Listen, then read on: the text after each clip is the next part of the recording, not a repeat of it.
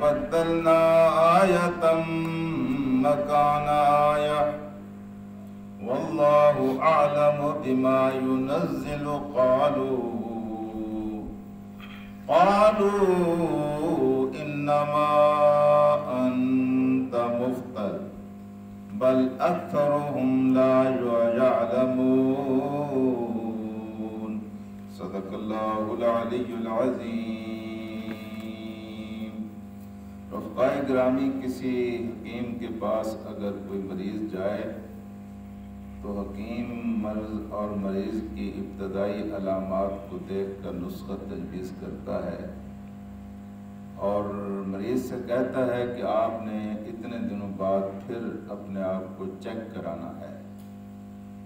اگر وہ علامات باقی رہتی ہیں یا مرض میں شفا آتی ہے یا علامات بدلتی ہیں تو معالج نسخے میں تبدیلی لے آتا ہے، اور تبدیلی لانا اس کی حکمت کا تقاضا ہوتا ہے۔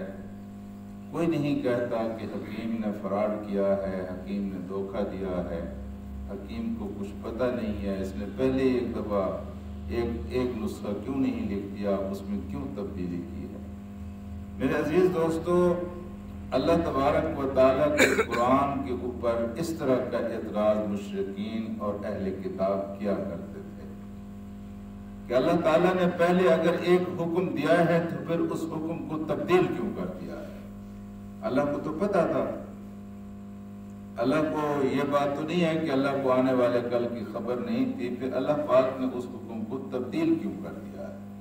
ایسے کئی احکام ہیں جو اللہ پاک نے منسوخ کیے ہیں، ایسے کئی احکام ہیں جن کو اللہ تبارک و تعالیٰ نے تبدیل کیا ہے۔ آپ کو پتہ ہے کہ ہم آدم اور حوا کی اولاد ہیں، اور آدم اور حوا کے بطن سے پیدا ہونے والے بچے جو تھے وہ ایک دوسرے تھے، بیٹا اور بیٹی ایک دوسرے کے بہن بھائی تھے۔ جب یہ ایک دوسرے کے بہن بھائی تھے تو کیا بہن اور بھائی کے درمیان نکاح ہو سکتا ہے؟ نہیں ہو سکتا۔ نکاح نہیں ہو سکتا تو پھر نسل انسانی کس طرح آگے بڑھی؟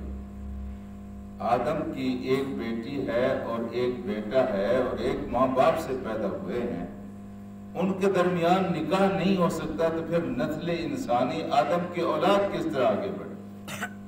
اس وقت اللہ تبارک و تعالیٰ نے یہ حکم دیا تھا کہ 1 سال میں حضرت حوا اور آدم کو جو بیٹی اور بیٹا پیدا ہوگا وہ تو بہن بھائی ہوں گے، اگلے سال جو بہن اور بھائی پیدا ہوئے وہ بہنوں کے بہن بھائی نہیں ہوں گے، ان کا ایک دوسرے کے ساتھ رشتہ ہو سکے گا۔ ٹھیک ہے، ایک مدت تک یہ سلسلہ جاری رہا، پھر اللہ تبارک و تعالیٰ نے اس حکم کو منسوخ کر دیا۔ اب 1 سال میں پیدا ہوں، دوسرے سال میں پیدا ہوں، جب تک میاں بیوی ہیں پیدا ہوتے رہیں گے، اب ساری اولاد جو ہے ان کا ایک دوسرے کے ساتھ رشتہ نہیں ہو سکتا۔ یعنی اس بات کو سمجھے کہ اس طرح شراب کا معاملہ ہے۔ مکہ کے اندر 10 سال تک مسلمان شراب پیتے رہے، ان کے لیے جائز تھی، کوئی ممنوع نہیں تھی۔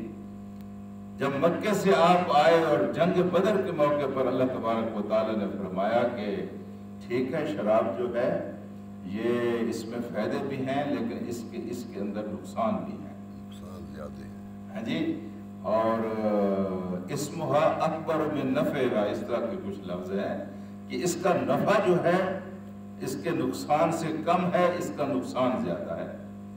پھر آگے چل کر آپ نے حکم دیا کہ ولا تقربوا الصلاۃ، نماز کے قریب نہ جاؤ جب تم نشے کی حالت میں ہو۔ پھر آگے جا کر حکم دیا کہ کیا تم اس سے فَهَلْ أَنْتُمْ مُنْتَهُونَ، کیا تم اس سے رکنے والے نہیں ہو؟ تو حضرت عمر رضی اللہ تعالی عنہ نے جب اللہ کا یہ حکم سنا تو فوراً پکارا نہینا نہینا، اے اللہ ہم رک گئے، اے اللہ ہم رک گئے۔ شراب کو چھوڑنا کوئی آسان بات ہوتی ہے، لیکن یہ پھر تاریخ کی شہادت موجود ہے کہ اتنی شراب وہاں موجود تھی کہ جب مسلمانوں نے اللہ کے اس حکم کی تعمیل کی اور اس کو گلیوں میں بہایا تو بالکل وہ جس طرح گلیوں میں پانی بہتا ہے اس طرح وہ بہ رہی تھی۔ لیکن ایک تدریج کے ساتھ اللہ تعالیٰ نے احکام دیے ہیں، پہلے حکم کو منسوخ کر دیا، اس کے بعد دوسرا حکم لے آئے۔ تو میرے دوستو آج کی آیت میں اسی بات کو چھیڑا گیا، وَإِذَا بَدَّلْنَا، اور جب ہم ہم بدلتے ہیں آیتن کسی آیت کو، مکان آیتن کسی دوسری آیت کے بدلے میں، ایک حکم کو کسی دوسرے حکم کے بدلے میں بدل دیتے ہیں، ایک حکم کی جگہ پہ ایک دوسرا حکم لے آتے ہیں۔ تو واللہ عالم بما ینزل، اللہ زیادہ جانتا ہے کہ کس حکم کو کب اور کہاں نازل کیا جانا چاہیے، وہ اختیار رکھتا ہے، اس کو پتا ہے کہ اس وقت یہ حکم مناسب تھا، اب یہ حکم مناسب ہے۔ واللہ عالم، اللہ زیادہ جانتا ہے بما ینزل، جو وہ نازل کر رہتا ہے۔ قالوا انما انت مفتر، لیکن انہوں نے کہا یہ تو افطرا ہے، یہ تو محمد رسول اللہ اپنی طرف سے گھڑ کر ایک کلام پیش کر رہے ہیں۔ اللہ تبارک و تعالیٰ کو کیا ضرورت ہوتی ہے کہ وہ اپنے حکم کو بدلے؟ گویا وہ کہتے تھے کہ یہ جو احکام بدلے جاتے ہیں یہ اس بات کی دلیل ہے کہ رسول اللہ صلی اللہ علیہ وسلم اپنی طرف سے کھڑا ہوا ایک کلام پیش کر رہے ہیں۔ اللہ تبارک و تعالیٰ نے اس کا جو جواب دیا ہے پھر ایک فکرے میں، بل اکثرہم لا یعلمون، بات ایسی نہیں ہے، بات یہ ہے کہ یہ علم سے، یہ عقل سے کام ہی نہیں لیتے۔ جب اللہ پاک ایک حکم دے سکتا ہے تو دوسرے حکم کو منسوخ بھی کر سکتا ہے۔ اللہ تعالیٰ کے پاس اختیار ہے، وہ کائنات کا مالک ہے، انسانوں کو اس نے پیدا کیا ہے، ان کی مصلحتوں کو وہ جانتا ہے، کس موقع پر کون سا حکم ضروری ہے اس کو علم ہے، ان کو علم نہیں ہے، ان کو پتہ نہیں ہے اللہ تبارک و تعالیٰ کی شان کا، اس لیے اللہ تبارک و تعالیٰ کے رسول کے اوپر اور قرآن کے اوپر یہ اعتراض کر رہے ہیں کہ یہ تو کھڑا ہوا کلام ہے۔ میرے عزیز دوستو، اللہ تبارک و تعالیٰ نے بالکل وضاحت کے ساتھ کہا ہے کہ ہم، یہ سورہ بقرہ میں آتا ہے کہ ہم کسی آیت کو منسوخ نہیں کرتے یا اس کو بھلا نہیں دیتے، مگر اس کی جگہ پہ ایک بہتر آیت کو لے کے آتے ہیں جو انسان کی ضرورت ہوتی ہے۔ یہ انسان بیچارہ جس طرح آپ دیکھیں نا، بچے سے جوان، جوان سے پھر بوڑھا، ایک تدریج کے ساتھ آگے بڑھتا ہے، اس طرح اس کی تربیت کے لیے یہ بات ضروری تھی۔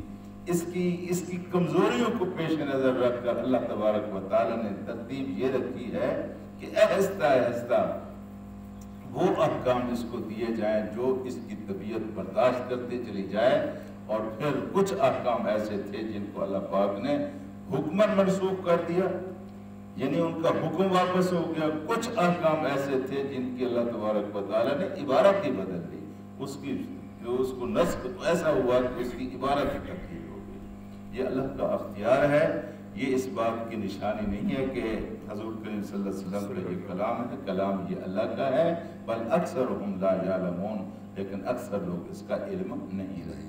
اللہم صلی علی سیدنا، ٹائم کتنا؟ 10 منٹ، کتنے بجے ہوگی؟ یہ ہوا 40 منٹ پر انشاءاللہ نماز پڑھو۔ اللہم صلی علی سیدنا مولانا محمد وعلی آل محمد کما صلیت علی ابراہیم وعلی آل ابراہیم انکا حمید مجید۔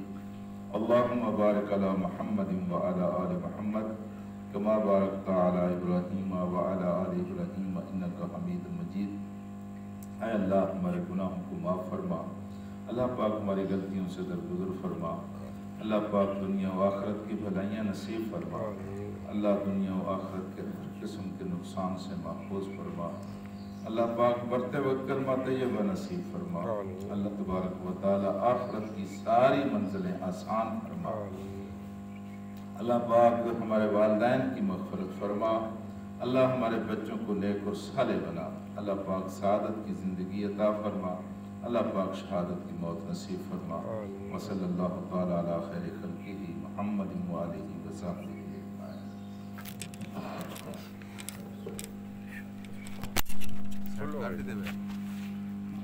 ٹھیک ٹھیک ہے، اچھا اچھا، ماشاء اللہ۔